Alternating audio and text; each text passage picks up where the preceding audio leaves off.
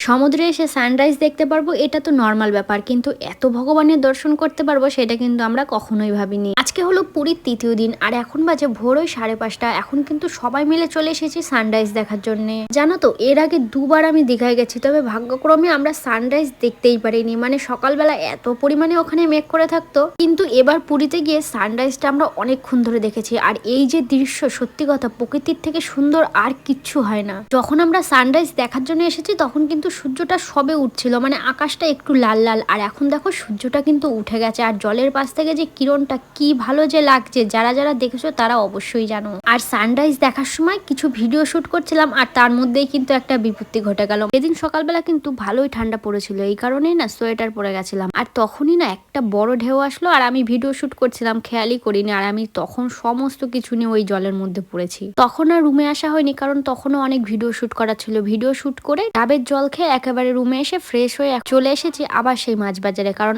আজকেও রান্না করতে দিতে হবে। আর এখন দেখো এই দোকান থেকে আমরা চাল নিয়ে নিচ্ছি, আর আজকে কিন্তু অনেকটা পরিমাণে চিংড়ি মাছ নিয়েছিলাম। মাছ কিনে কাটিয়ে একেবারে রান্নার জন্য দিয়ে আমরা রুমের দিকে ফিরছিলাম। আর এখানেই কিন্তু একটা ধোসার দোকান দেখতে পেয়েছিলাম। আর সকালে তেমন ভাবে কিছু খাওয়া হয়নি, তাই সবার না খিদে লেগে গেছিল, তাই আমরা দুটো ধোসা নিয়ে নিয়েছিলাম। আর তখন মাছ বাজার করতে আমরা কিন্তু 4 জনই গেছিলাম। আর ধোসা কেনার আগে আমাদের কিন্তু পরোটা কেনা হয়ে গেছিল, কারণ রুমে তখনও 3 জন ছিল। তাই রুমে এসে পরোটা আর ঘুগনি খাওয়ার পরে একটা টানা ঘুম দিয়েছিলাম, কারণ সেদিন অনেক ভোরবেলা ঘুম থেকে উঠেছি। এবার দুপুরের খাওয়া দাওয়া করছি। আজকের কিন্তু মেনুতে আছে সর্ষে পোস্ত দিয়ে চিংড়ি, আর কিন্তু আছে চিকেন। আর আজকে দুপুরে এত তাড়াতাড়ি খাওয়ার কারণ হলো আমরা কিন্তু আজকে সবাই মিলে বিকেল বেলা যাব ঘুরতে, মানে পুরীর যত সাইট সিন গুলো আছে সেগুলো। তো খেয়ে দিয়ে উঠেই একদম রেস্ট না নিয়ে রেডি হয়ে কিন্তু সবাই মিলে বেরিয়ে পড়েছে। আর আমরা যেহেতু 7 জন, তাই আমরা কিন্তু একটা ম্যাজিক গাড়ি ভাড়া করে নিয়েছিলাম। আর এখন বাজে ওই 3:30 নাগাদ, মানে বিকাল হব সূর্য অস্ত্র যাচ্ছে। তো বেশ ভালো লাগছে সমুদ্রের এই দৃশ্য দেখতে। এখন কিন্তু আমরা পৌঁছে গেছি আমাদের প্রথম ডেস্টিনেশন বিপত্তারিণী চণ্ডীবাড়ি। এখানে কিন্তু কালী মায়ের একটা অন্য রূপের মূর্তি আছে, তো আমার তো বেশ ভালো লাগলো। আর আমি যেখানেই যাই মা কিন্তু সঙ্গে সঙ্গেই থাকে। আর আমরা যেই হোটেলটায় আছি সেখান থেকে এই মন্দিরটা কিন্তু মাত্র 1.5 কিলোমিটারে। আর এখানে দেখো মায়ের রূপ যে কি অপূর্ব,